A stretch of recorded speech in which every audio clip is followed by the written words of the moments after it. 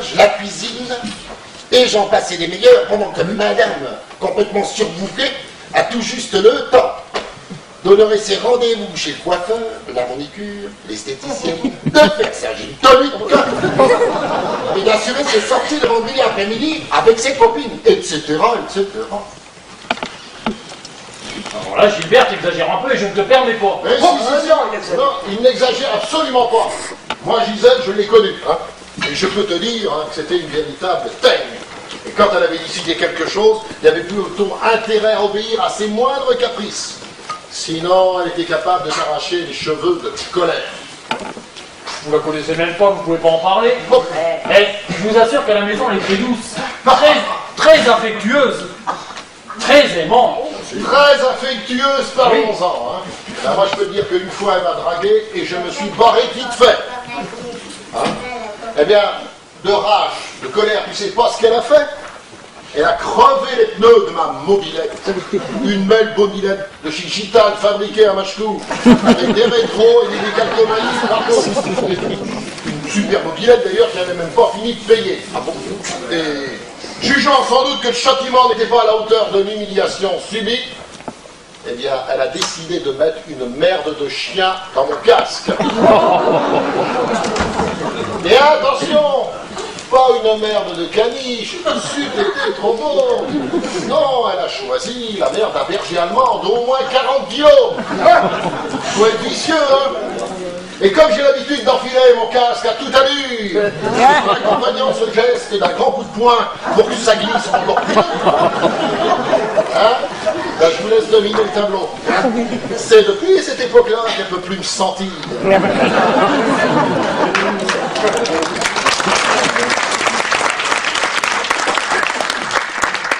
Non mais sérieux Maurice, là tu rappelais gentiment que lorsque tu lui as demandé sa main, c'était pour le meilleur et pour le pire. Bien sûr que je lui ai rappelé. Et alors? Elle m'a dit qu'aujourd'hui, si je lui demandais sa main, elle me la mettrait volontiers. Sur la gueule. Quelle misère! Eh non, c'était une plaisanterie, une boutade. Oui, une boutade forte de Dijon, oui. Elle plaisantait. Eh, elle est nettement plus calme et de moins en moins sur mon dos. Bien sûr. Et j'ai suivi tes conseils, mon petit. Ah ouais? Eh ouais. De quoi? Madame veut pas faire la vaisselle? Madame mangera dans son assiette seule ce soir. De quoi? Madame veut pas faire le repassage? Madame sortira avec sa robe froissée, voilà. Non mais... Pas encore? Madame veut pas faire à manger? Madame mangera qui monte un racine de la veille. Eh, qui c'est qui commande ici?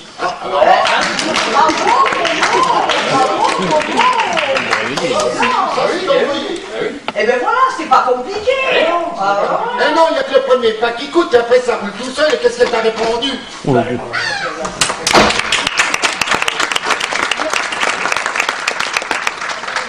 tout le monde. Bonjour. Oh bah tiens, il est là. Eh ben, il y a votre femme, elle vous cherche partout, hein. Ma femme? Oh non, t'es sûr? Bah oui, Madame Gisèle. Et même qu'elle m'a demandé si vous étiez dans le bar. Ah bon? Je lui ai dit qu'en partant faire les courses, vous y étiez pas. Mais peut-être que maintenant vous y étiez. Alors elle m'a dit, tiens, il y a Je pensais que c'était toi qui commandais alors.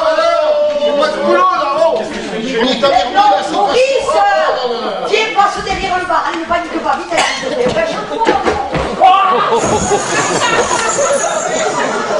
il est vraiment souple, hein. T'as rien vu, d'accord? Bah si, je l'ai vu, il est là, derrière, dans les bouteilles. Oh, où tu l'as pêché celle-là? Ne m'en parle pas, c'est la plus jeune des filles de ma défunte sœur. Elle a eu un accident de poussette que t'es... Non, c'est le berceau qui a pris feu. On a été un coup de feu.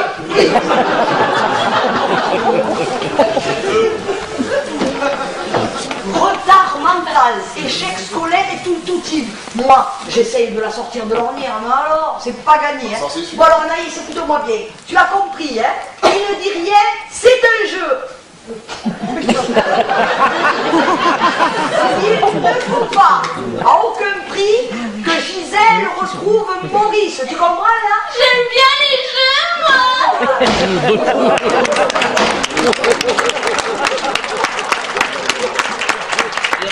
Où est Maurice?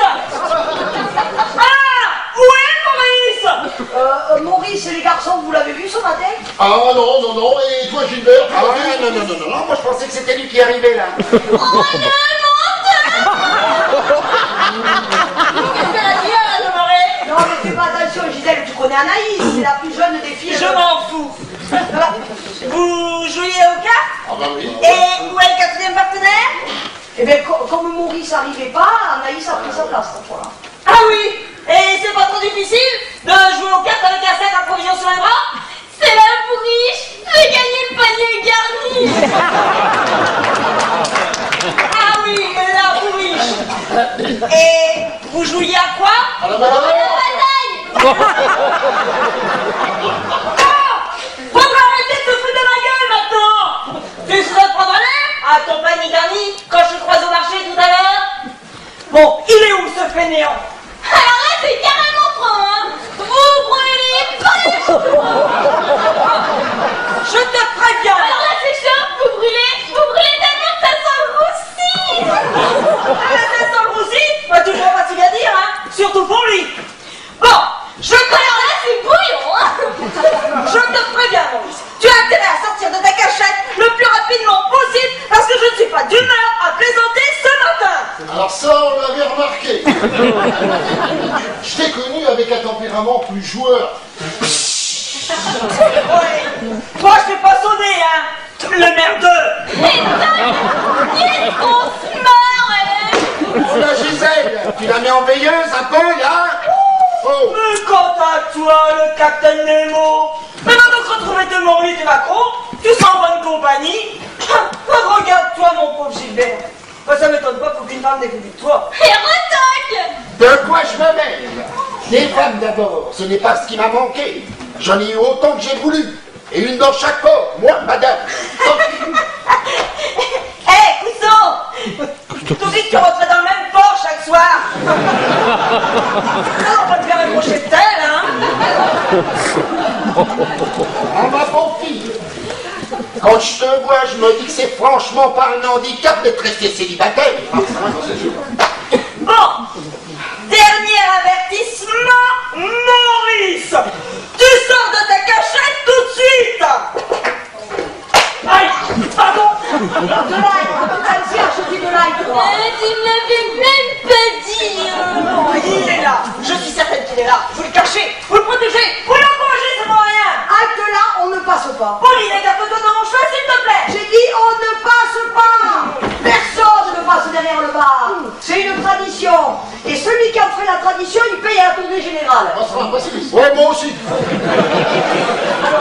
Selon moi, ce bar fait partie de ces maisons qui, jusqu'à preuve du contraire, m'appartient encore. Que tu fasses la loi chez toi et que tu terrorises ton mari, ça te regarde. Mais ici, c'est moi qui commande. Alors tu prends une consommation, si ça te chante, et tu dégages. Parce que je travaille, moi. Je passe pas ma vie.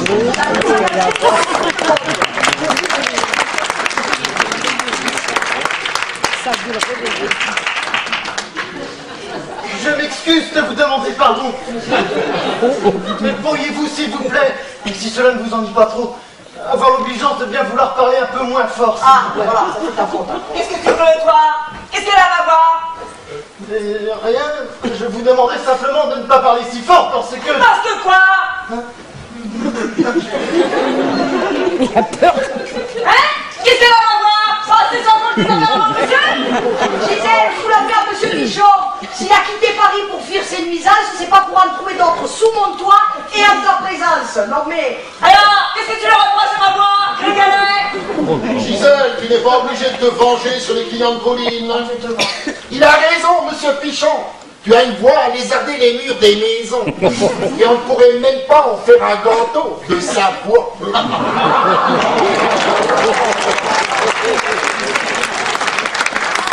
qu'est-ce que c'est marrant? T'es d'accord avec qui dit, toi, le péché ensemble? Oui, non. Ah ouais, je veux juste la paix, le silence, la tranquillité. Parce que j'ai aimé un plan de bois, je dois faire péter un plomb. Péter un plomb. Et moi, est-ce que je pète un plomb? Quand on me dit que j'ai une sale voix et que mon mari se plomb parce qu'il y a un trouille de moi. Est-ce que je pète un plomb? Monsieur Pichon, hein? Oui, non. Enfin, c'est pas Oh, vrai. cependant, t'as intérêt à disparaître de la vue avant que la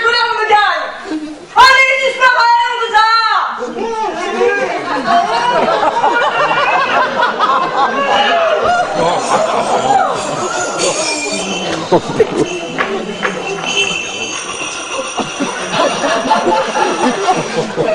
la maison de fer sévère, on dirait la grande course de Hauteuil avec la chute à la rivière des Tribus. T'as envie de le rejoindre, toi, Pierre Bresse?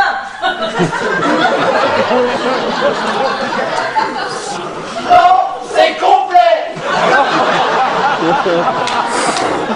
Bon, quand vous verrez Maurice, vous lui direz qu'il y a la vaisselle de 3 jours dans l'évier à laver, les pommes de terre à éplucher à 4 heures pour ce midi, une entrée à préparer, la serpillière à passer dans le salon, le lit à faire. Ah! Et il y a aussi du linge neuf à passer, parce que moi je ne sais plus quoi me mettre sur le dos pour sortir. Dites-le à lui dès qu'il se montrera, je n'ai pas habitué à laisser la maison dans la tête des ordres. Il serait temps qu'ils se ressaisissent.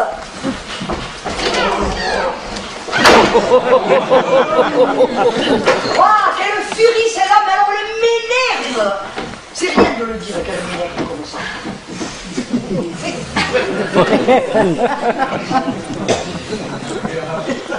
Je ne savais pas que la place était déjà occupée. Je me serais caché ailleurs, sinon je ne vous ai pas fait trop mal en vous tombant dessus. C'est rien à côté de ce qui va me tomber dessus à la maison. Quand je pense que maman voudrait que je m'en arrive, je suis déjà si timide avec les femmes, mais alors la vôtre, elle me terrorise. À votre avis, vous croyez qu'il faut que j'insiste ou que je me fasse soigner? N'insistez pas, malheureux, n'insistez pas. Rendez-vous compte de la chance que vous avez. Regardez-moi, après 12 ans de mariage, comme je suis minable, pitoyable. Et moi aussi, elle me terrorise. Il ne faut pas dire ça. Ce n'est pas votre faute. Et votre femme, elle a peut-être été traumatisée quand elle était petite, et aujourd'hui elle se venge. Je connais un très bon psychanalyste à Paris qui me soigne et qui me fait beaucoup de bien. S'il vous plaît. Je suis malheureux, les copains. Maurice, elle ne mérite pas, tu là. Tu as fait ce que tu as pu, mon Momo. Tu as essayé de lui parler, de la maîtriser. C'était pas facile, je sais. Elle écoutait même pas, alors. Oh là là. Allez, redresse la tête, laisse pas abattre, quoi. Bats-toi. Tiens-toi bien droit, quoi. Je pourrais jamais. C'est pas rigolo du tout, votre jeu, hein. Elle l'a même pas trouvé et il pleure comme s'il avait perdu la partie. C'est vraiment un mauvais joueur, hein. Tous ces événements me perturbent. Et la tristesse de ce monsieur me bouleverse profondément. Je vais remonter un instant dans la chambre, Madame Pauline, je vais m'étendre sur mon lit. Je ne me sens pas bien. Détendez-vous, monsieur Michon, ça va rire. Et puis, ne portez pas comme ça toute la misère du monde sur vos épaules, monsieur Pichon. Vous êtes trop fragile pour ça. Hein. Allez vous reposer, puis nous, pendant ce temps, on va s'occuper de Maurice. Hein. Et vous verrez, le calme dont vous avez besoin va revenir. Hein. Vous êtes gentille, Madame Pauline. Oh, si toutes les femmes étaient comme vous, mais quand ce serait ça, mon Dieu. Et quand ce serait ça.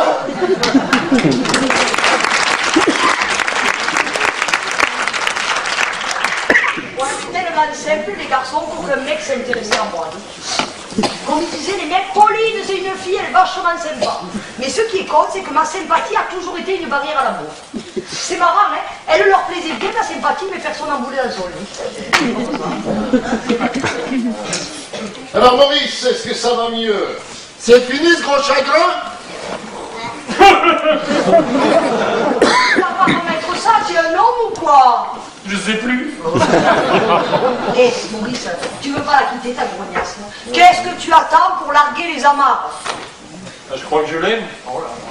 Oh là là là là, mais quelle misère! Non, Pauline a raison. T'as essayé de lui expliquer et ça n'a pas marché.